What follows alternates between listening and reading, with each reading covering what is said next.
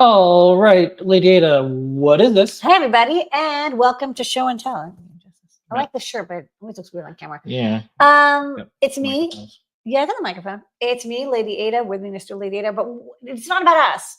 Nobody cares about us. What we care about is the people in the community that are amazing, doing stuff, hacking, coding, soldering, blinking LEDs, putting stuff on more LEDs, making sounds, making games. What are they up to? We're going to find out as we check in with people from the ADFA community, from anyone else. Come by Discord. Yep. Join the live chat. We're here till about 7:55.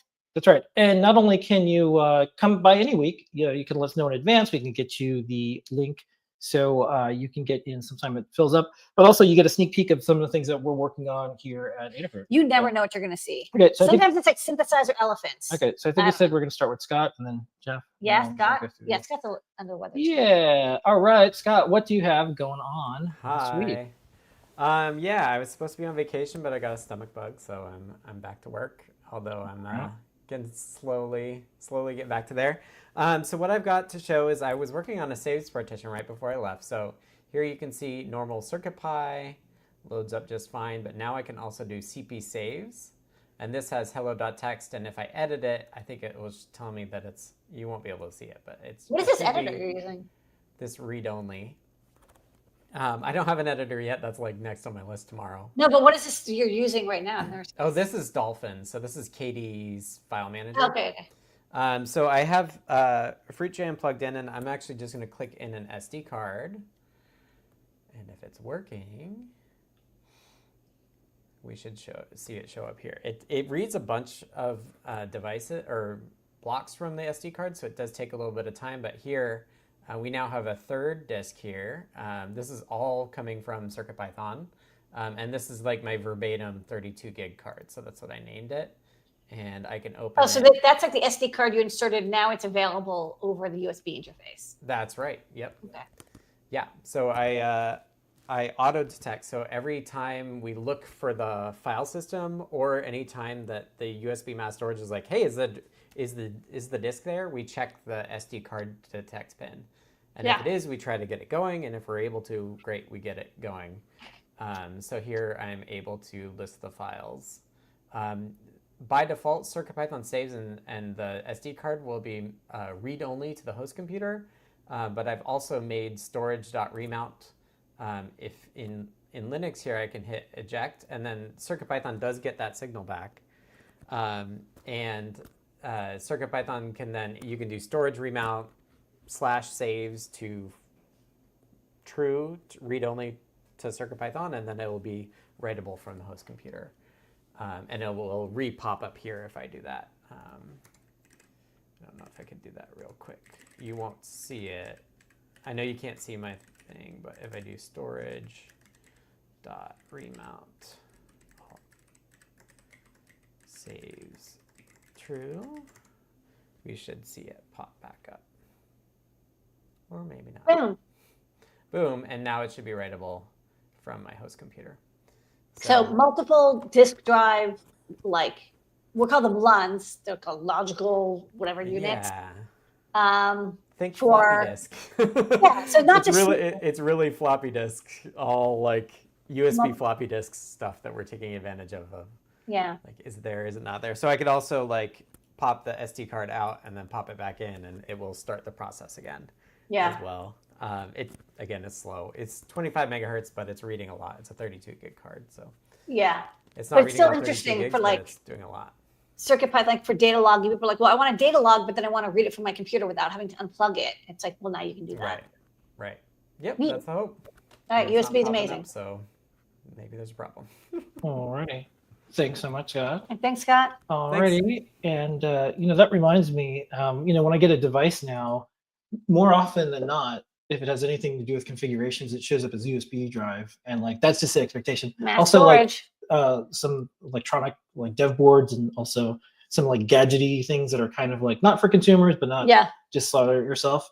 That's the way that they're doing stuff. You just drop on like a new firmware. I love it. Yeah. I remember when we first saw ROM bootloaders, I think on the LPC 1300, 1314 or whatever. And I was like, oh my God, what do you mean you can just program it over USB? You don't need an external like $50 dongle. Yeah. And now it's like standard. That EFF project that we're taking a look at, it's a off-the-shelf old Verizon hotspot modem, and you just hold down buttons, it shows up as a drive, you drag new firmware on it, now it has a new life to do other stuff. Anyway, that's kind of neat. All right, let's go to Jeff. Jeff, what you got going on this week? Woo! Yeah, so I've got 4 64 by 64 LED panels here, and I'm driving it from a Pi 5 with this board that's called the Active 3 because it's got 3 of these connectors, and that lets us increase the number of pixels that we push per unit of time because we can push 2 pixels out of this one and 2 pixels out of this one. And I've made some other enhancements to the PIO matter library for Pi 5, and so now we're doing this at 88 frames per second. And in person, that looks really solid. Here on the video stream, we've got a little bit of wah wah wah of the color, but it looks really good. And yeah, I'm just excited to have been working on this and kind of putting the finishing touches.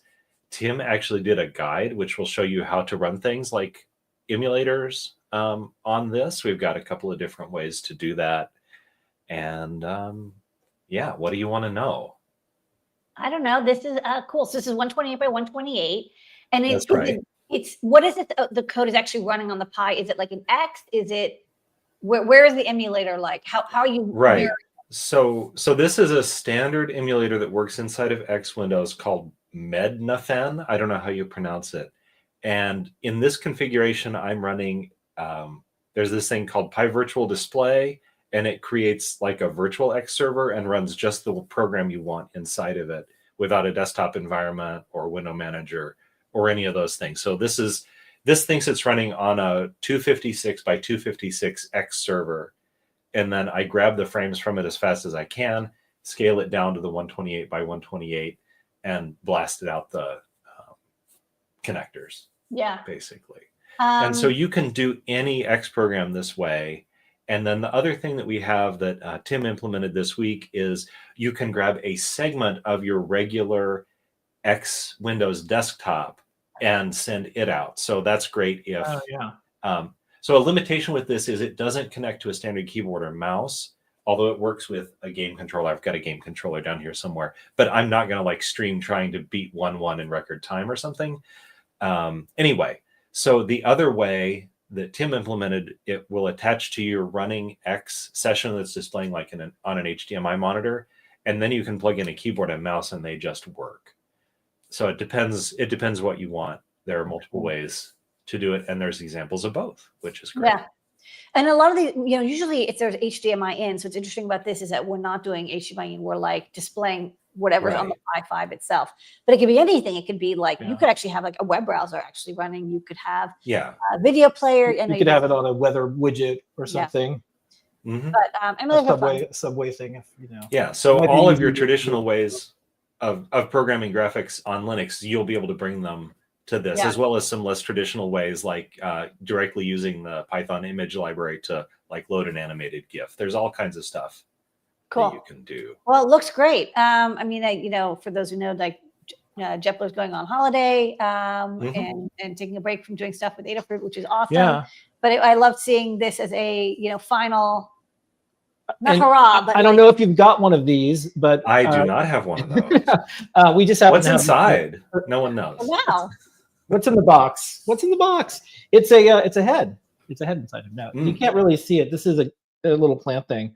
That was from our filming, but I wanted to say, Jeff, you want to give me that crack where the crown? Yeah, I was going to say, Jeff, we want to wish you a happy, merry. Well, yeah, thank you. Not goodbye. Thank you for doing such great work together. Yes. It'll be a little bit different, but I want to come back. I hope I'll be showing some projects here, later in the year, but I'll be gone for a couple of months.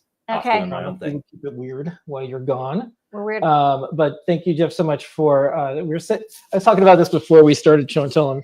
Just kind of having a great blueprint of an awesome programmer's career where you did so much great open source that people are going to be using and playing around with forever. So thank you for coming in and doing so much. It's been a great 5 years for writing open source, and it's really great that you paid me while I was doing that, because it's something that I also just do for free. And yeah, you've always treated me really well. So thanks for that. All right. Well, looking forward to the projects you do when you get back. All right. Sorry, I was going to say something else and I totally forgot it because I'm under the weather. But yes, it was awesome. And I was going to say, I remember when you joined and I promised you everything you wrote would get shipped. And I think it's true, everything, because I think you said you didn't like writing code and then like you didn't get. Yeah, I mean, there's a certain floppy project that will ship someday. It's going to happen. No, don't worry. It always happens. Okay. It doesn't always happen exactly. Well, it exists. We just need it exists. It's out we just there. need to get a bunch of it. Right? Well, actually, sorry, the code is all published. It's just the code is published, and there's the feather wings. So honestly, it is shipped. Not a problem. Yeah. We're working on problems. Okay, cool. Yeah. All right. Ding. All right. Ding. Bye-bye. Alrighty. And happy Mario Day. That was earlier in the week. Yeah, so I was a little late for Mario Day, but I did get a Yeah. great reaction to this on my socials when I posted it. So nice. People are into it. All right. Take care, Jeff. Next up, let's go to Melissa. What you got going on this week, Melissa? Well, I've been working on this as a little side project here. So it's just a fully playable chips challenge. It's done in Cricuit Python. I'm still working out a few of the bugs, but right now I'm able to control it just through the serial terminal. Wow. Instead of just like a keyboard connected, although I do have one connected. Yeah. And I have some hotkeys, like if I want to go to the next level, I can just go ahead and do that. Like you can play this with the. What is it? Is it based on? Is it a game that you invented, or is this an existing game? It's an existing game that I ported to Python. What did it originally run on? I've never. This was originally written to run on Windows. That was done in C. Okay. And I've been taking the code and just converting it over to Python. I'd actually done a conversion to C++ like over 20 years ago, so I took a lot of the stuff I'd done. You're a fan. You're a fan. You're carrying this forward. You're carrying this forward to the next generation of hardware and programming. This is cool. All right. Well, good work. This is on the Metro 2350, which with the HSTX port on it. So I love how good the DVI looks. I mean, it's just like awesome. Yeah, I was going to do double buffering, but it felt a little laggy. So I've just been doing partial screen updates. And it seems pretty good in terms of how it moves. Nice. All right. Well, in 20 years, you can port it to Hologram OS and get your brain implant going, and we can play it that way. That'll be the thing that we got to learn. Okay. It's a new framework. All right. Sweet. Thanks, Melissa. That looks really good. All righty. Thank you, Melissa. Now let's go to JP, and then Erin, and then David. JP, what you got going on? Hey, I've got more pixels. So this is also a set of pixels. 4 64 by 64 LED matrices, like Jeff was showing, running on a Raspberry Pi 5 using PO Matter. And this one does a beautiful job of a one-to-one mapping of Pico 8, which is this sort of fantasy console that runs on a bunch of different platforms. And it is so nice to have it one-to-one because Pico 8 has these great constraints on it. It's always 128 by 128. Sometimes it gets stretched out on your HDI monitor, but this is it running in its sort of native form on here. And I can now boot this and it just launches the sort of kiosk mode of Pico 8 called Explore. And with a regular USB control pad, I can go out to its little Explorer and pick among games that I favorited. Some of these are just demos because they'll look neat and I don't have to use them all. Why does this look so good? It looks so good, doesn't it? So and it's one-to-one pixels. It's 128 by 128. 1:1. Even so like putting it through a webcam and then just going into like John has really good it just looks great. Camera. Yeah, I have a camera on this, yeah. And you know what's funny is I was originally going to use LED acrylic on it, and when I went to IKEA and bought one of these things that has, it's this kind of nice shadow box that you can reconfigure to have the art at the front of the thing or not. It just has like a cheap acrylic glass in the front, and for some reason the Pico graphics looked really good without using the diffuser. So I'm super happy with this because it means that the only extra parts you need are some 3D printed brackets and spacers that I've designed. That's what these colored things are in the corner, and there's some in the back. And I'll show all the gory details on the show tomorrow. But it's basically all self-contained, and it'll let you mount on your wall a lovely little arcade machine. And I think really the only step left to really plus it would be to see how hard it is to use a Bluetooth controller, so there's no wire at all. But you could do that. It's also like really nice art that it's like a high-end like roller skating rink. Like this is what I expect on like a modern retelling of like we had roller rinks. It's so 80s looking. It is. There's something like I think also your choice in color palette. It's just like this looks like one of the coffee table arcade cabinets. It does look a lot like a coffee table. Or like a scene from Miami Vice. I don't know. Yeah, you could like they make a faux walnut frame and a faux sort of light oak frame, and the black one and a white one. So you've got choices on that at IKEA with your what's its name? This is a Spaninin or something like that. Right. Sauna head. I think it came out really good. Okay. It looks like so pro. Very nice. I'm very happy with it. We'll point people your way for tomorrow. Sounds great. Thanks, guys. Yep. All righty.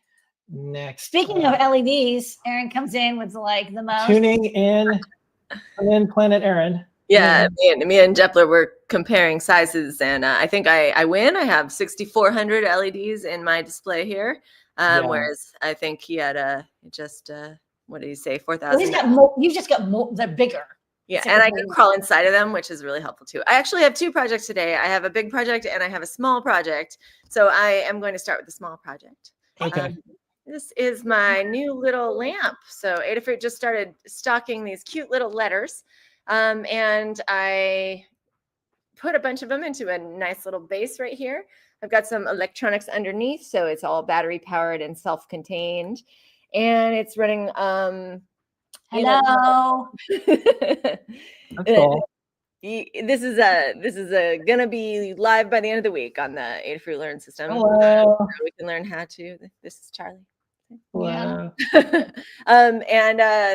So new project. This is a lot of fun, but we can also talk about the big project. Yeah, I was gonna say one project you're showing off, and this project is now showing you off. You're inside of the project. I am inside the project, and also, I mean, I have big shiny balls in here too, which is exciting. So I'm using 4 4-meter LED nets, which I got from Adafruit, and I'm running them on Sparkle motion controllers and on Feather controllers. I have a couple controllers set up for each net to try and get the frame rate up, and for all kinds of various reasons.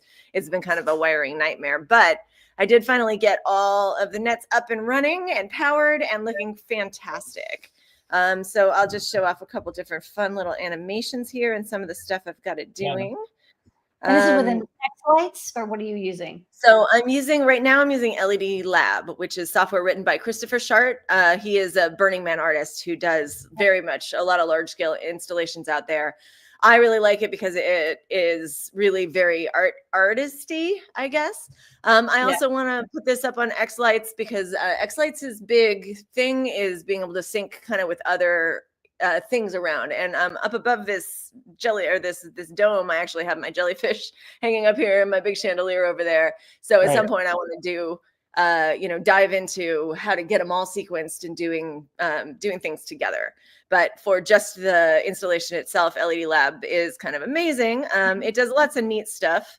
One thing it does is it does like a live, I don't know if you can see it here or not, but have a live camera. So it will, it'll show whatever it is that's on the camera. That's cool. It also does sound reactive. It does a lot of really neat stuff. I have a lot of video animations I can import, all kinds of neat stuff. And it's been a lot of fun. And is this going to Burning Man, or is this just like for an art installation or just for fun? I've booked it for a couple regional burns in Sacramento and in Santa Cruz in California. Out here, we've got a lot of Burning Man regionals, which are just smaller burns. You don't have to go to the playa. Your stuff doesn't get destroyed. There's power there. Less politics. Sure. Yeah. And then I've got other people inquiring to rent this thing for parties and the kind of thing. So this looks great.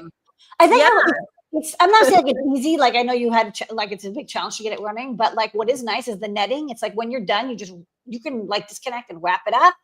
Yeah. And like that's it. And compared to like old project at Burning Man where it's like each wire was like well, that's what we had to do when you had to repair a bunch of LEDs. Yeah, we had to hand solder LEDs in the desert. Now it's like if I had this, like, well, it would be totally different. We were also able to use the netting for Halloween display, and it lived in the weather, and it was abused, and like not folded up, and just it did great. So that's good. Yeah, and I'm hoping this is a little more. I'm taking great pains to make it really robust. Also, this whole thing, the greenhouse that I've built it on, all the poles telescope. So this whole thing will fit in my Subaru, I think. So yeah, which is amazing. Yeah, you should be able to fit it in a couple bins and then deploy it fast. Okay, cool. All right, that's great.